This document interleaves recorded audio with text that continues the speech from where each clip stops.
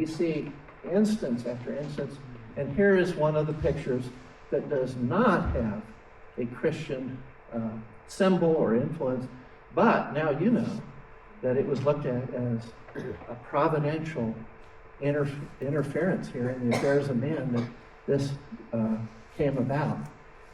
The general congratulates the army upon the glorious event of yesterday.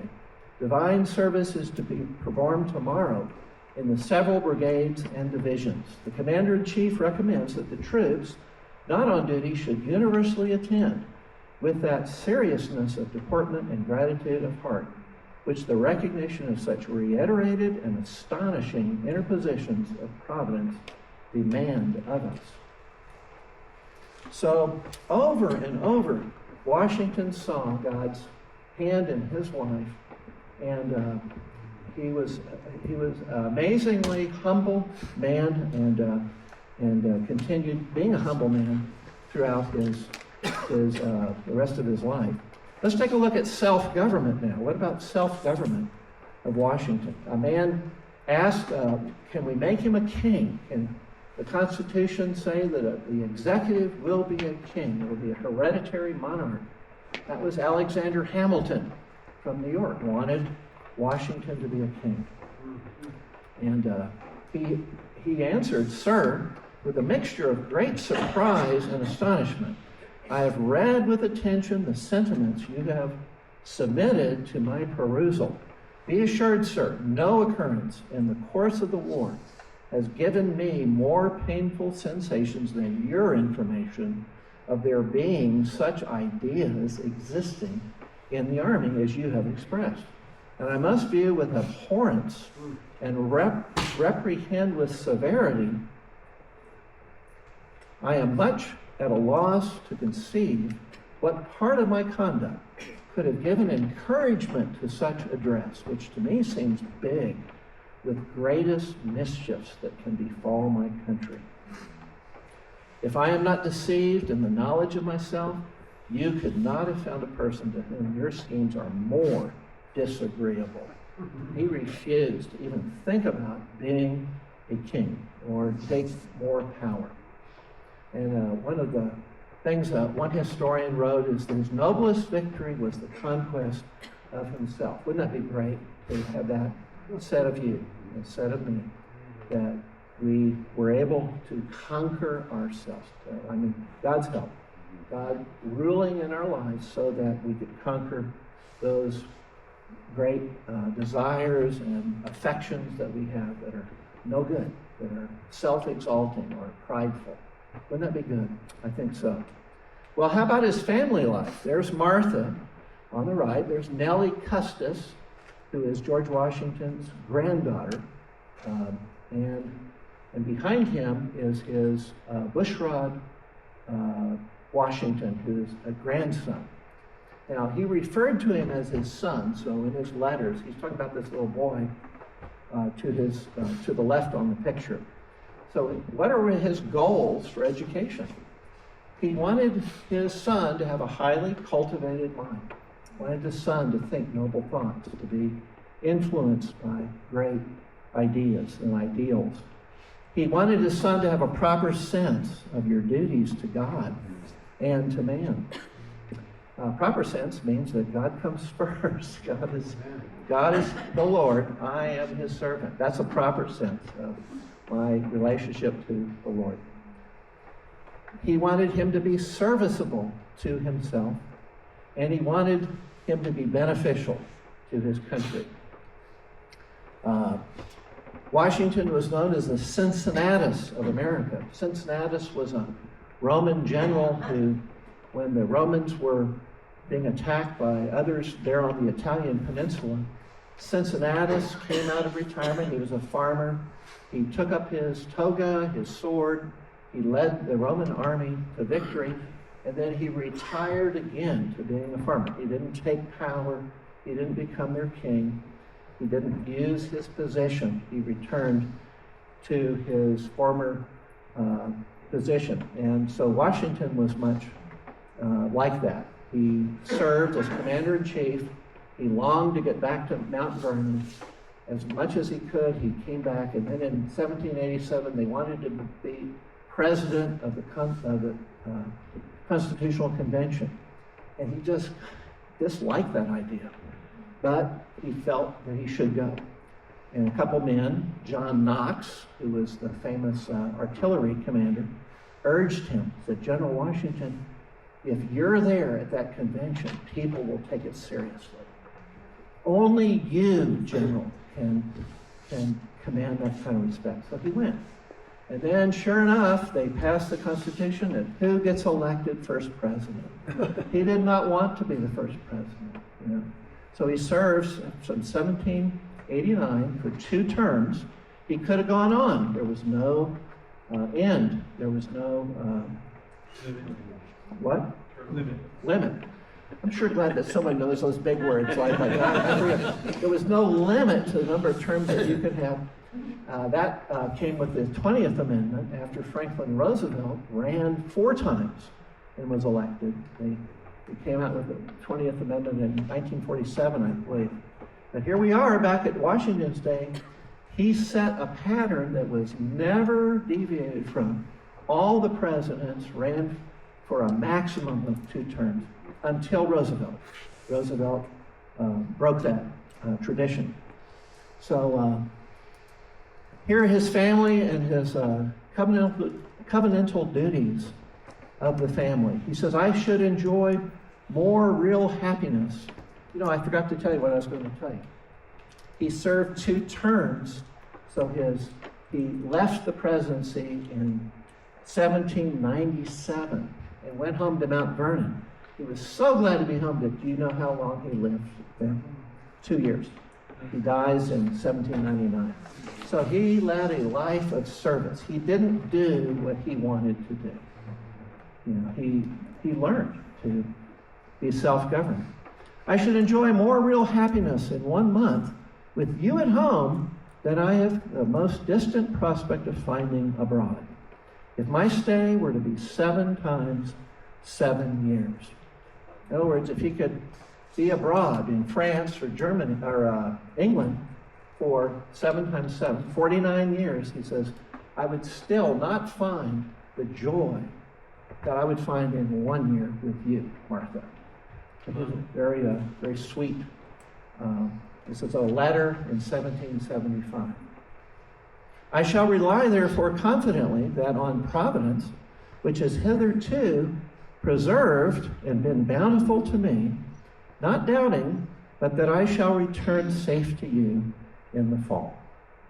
So that's in 1775. Did he return safe to her in the fall? No. He was the elected commander-in-chief of the Continental Army, so he was staying there in Boston. He stayed with the Army. He only went home to Mount Vernon in the whole 8 years of being commander 1 time, and he spent, I think, 3 days on that one visit. 3 days in 8 years he was home. Now, Martha did come to the Army. She did visit him many times, actually, so that was a good thing. I go fully trusting in that providence which has been more bountiful to me than I deserve. Is that true? Is God better to you than you deserve? Absolutely. And in full confidence of a happy meeting with you sometime in the fall. So he was a man of Christian character. I have never found a single thing that would lessen my respect for him. A complete knowledge of his honesty, uprightness, and candor in all his private transactions has sometimes led me to think him more than a man, or to think him more than a man. Tobias Lear. Now, Tobias Lear was his personal secretary from during the war all the way through being a president. He set his appointments. He set his calendar. So this is the guy that knew Washington probably the best of any other living adult person, seeing him at work every day. And he says, I know of no one that exceeds this man. I mean, we had an amazing first president when you think about it. The power of Christian character. After Washington was chosen commanding general, his first orders on July 4th, 1775, forbade profane cursing, swearing, and drunkenness in the army. He said that if we don't ban these things, how can we expect the God of battles to assist us in this undertaking? That's what he said. Did I just skip something? No. Okay, so while dining, an officer uttered an oath, and this was in Washington's tent. There were several generals around the table, and this one guy uttered an oath. He cursed. Washington said, I thought, actually it was pretty dramatic, Washington dropped his fork and his knife. There was this pause, and he said, I thought that we all supposed ourselves gentlemen at this table. And it was just like a pin, you could hear a pin drop. And the guy who recorded this, the guy that recorded this said, never again did that guy utter an oath around the general. A military coup was averted. Gentlemen, you will permit me to put on my spectacles, he said. They asked him to lead a coup, to overthrow the Continental Congress, because they weren't being paid. The generals and the men were not being paid. This was in the war. And Washington was on a porch, and he looked at their letter. He read the letter. The men were down, scattered around. There was a torchlight. And Washington kind of held this, and then he fumbled in his pocket and found his spectacles, put the spectacles on.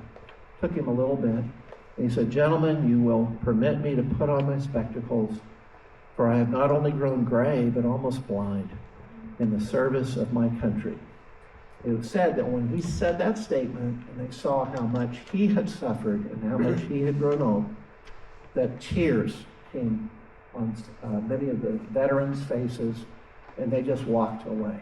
That was it. They were not going to do a coup against the Continental Congress.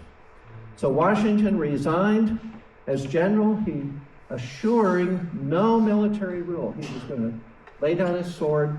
This took place in 1783. The man must be bad indeed who can look upon the events of the American Revolution without feeling the warmest gratitude toward the great author of the universe, whose divine interposition was so frequently manifested on our behalf. He says this just before he became president in November of 1789. He was a man of humility and prayer. And this is where we're going to end tonight. The prayer in the first Congress in September 1777, you can see Washington. He's been encircled there. That's the Reverend Duché in Philadelphia, where they were meeting. He's leading the prayer. He's in the middle, but Washington is there on his knees, and the whole Congress is praying. They're praying for unity. They're praying for God to bless them. He was not one of those who act or pray that they may be seen of men. He communed with his God in secret. Now, this is what his granddaughter said. And his grandson wondered where his grandfather went. Each night, about 9 o'clock, he would excuse himself and he would go to his study there at Mount Vernon. And so this little boy looked through the keyhole. You know, the real keyhole. You could actually see into the room. He looked in this keyhole and he saw his grandfather kneeling by his chair with an open Bible there praying. And so he wrote, in his opinion, that's what he did every night. Martha had her time reading the Bible and praying in the morning. She took about an hour each day. I was at Mount Vernon one time and I was sitting there and they had a woman who was playing Mrs. Washington, and I was the only guy in the room. There was a fire crackling. It was an actual poem.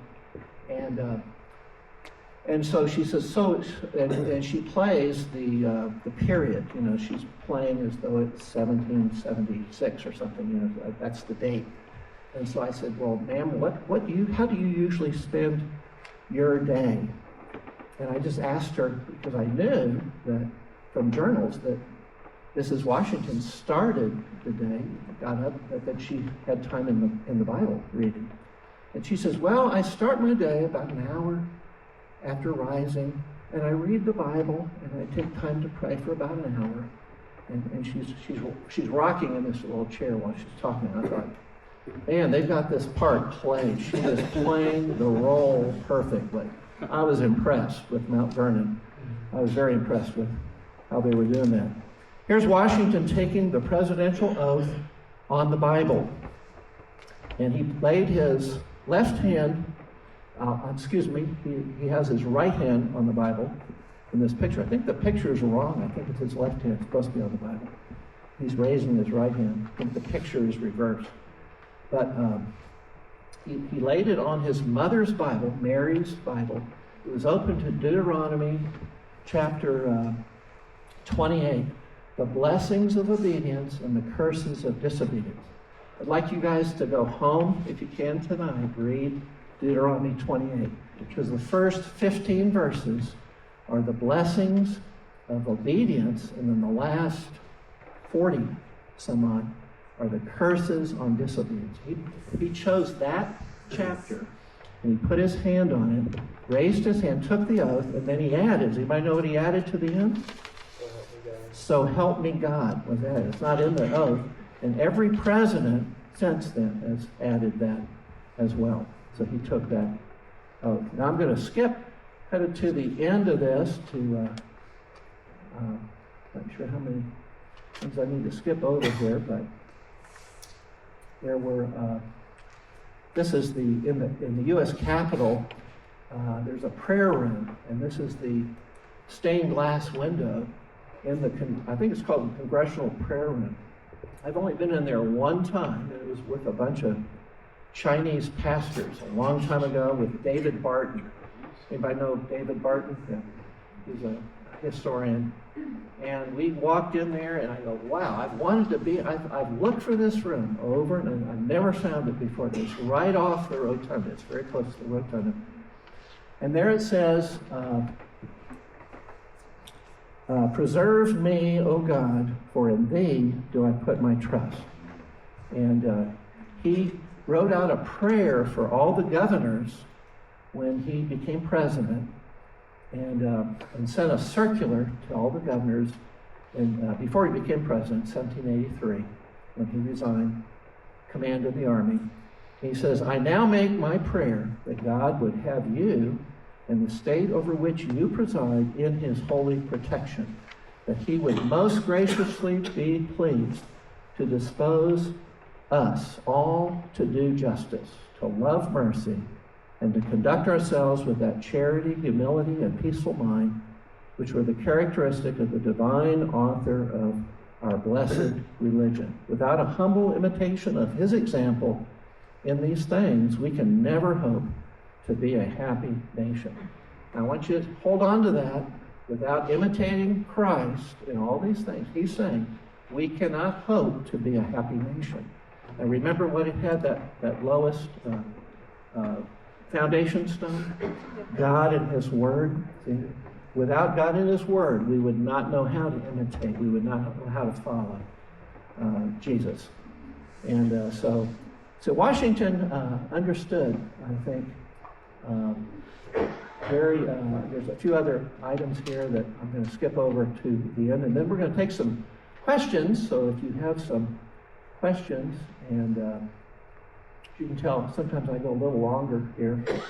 If I gave you 3 ideas that you should go away with, I thought, let's summarize 3 things that really kind of, to me, stand out in this talk. First, the individual man or woman has unique value that is independent of their condition, their situation, etc. That's because God has created all men in his image. You're unique, and you have value not because of what you can do, but because of who you are. You're made in God's image. If you're handicapped, if you're smart as Albert Einstein, as if you're as dumb as Mr. Kinzer, wherever you are, you have value, because you're in his image. Secondly, God inspires and uses individual persons, nations, and events to his glory. And he displays his wisdom and care for his creation. God is sovereign in history. That means he rules over history. He determines history. In fact, one historian, actually this is a theologian, J.I. Packer, said history is his story. And thirdly, principles that are taught a person and planted in the heart internally will determine the actions, the behavior, the thinking of that person's life. The things that are planted are going to result in an external fruit, the kind of character, the kind of person that person becomes. So I think an encouraging thing for us tonight is that we can think about influencing other people, planting seeds that will bring about a harvest. If that be your grandson, if that be your student, if that be some young guy that you're discipling, or other men that you meet with, or other ladies that you meet with, you can plant seeds that are going to make a determination and a difference in the lives of the people. So I'm going to go ahead and open this up now. If you have a question, and I'll try to repeat the question. Are there any questions? Anybody have a question about Washington or anything related? Yes? Did he actually chop down the cherry tree? Did Washington actually chop down the cherry tree? That's a great question. It's a good question. That's a story that was written up in a very popular book that was read about George Washington. There is no actual account of him chopping the tree down, but this guy, it looks like he kind of fabricated that, but as an illustration of his honesty.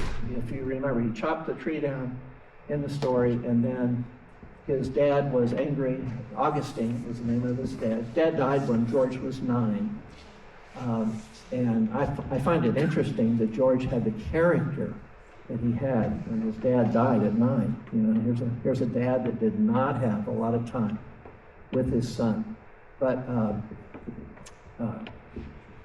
so it didn't actually happen, but it is an illustration of his honesty. Good question. Anybody else have a question? Yes, sir. Was his son involved in the government later on? His son? Not that I know of. That's a good question. I'm not sure about that, but I don't know of him being involved. No. So I could look that up for you, but might have to ask Miss Google on that one. So, yeah. Anybody else? Another question. Did George Washington have real Teeth. Man, someone's reading my mind here. That's awesome. Did he have real teeth? And if you go to the Smithsonian, you'll see that the story is that he had ivory teeth, and they're on this gross-looking metal thing, like a tray that he put in his mouth. It's like hard to imagine, but apparently he used those ivory ones for parties, but had a pair of wooden teeth for common use. But he had very bad teeth. Washington had all of his, I think all of his teeth were missing by the time he died. The guy that was with him, Dr. Craik, on his deathbed, Washington took cold, and he declined, and they tried to bleed him. They tried to take blood, and they thought if you had a high temperature, taking blood would help reduce your temperature because the blood is hot, and you're getting this hot blood out of the body, and it's like, that really makes sense, doesn't it? So, no kidding, he declined faster, and he died in 1799. He was 67 years old, and Craik watched him. He was with him the entire time of the last couple weeks, and it was a very painful death. And his, the accounts are all how he faced that with great courage and relied upon Christ and actually prayed right there before he died. So anyway, very admirable president. I think he knew the Lord. I mean, as I've read, it seems like he knew God. He had a relationship with Jesus. He had a 26-page prayer book that was found in Philadelphia years after he had died, and it had his own prayers handwritten, and then a lot of them were copied out of the Episcopal or Anglican prayer book. They were copied, but it was in his own hand, and apparently he went through and he copied very meaningful passages and prayers, and he kept it with him because it was a worn copy. And so, interesting that he had that as well. Yes, Carla. I'm sure you probably don't know the answer to this, but this is history. Mm-hmm. These are factual, historical Right. quotes and everything.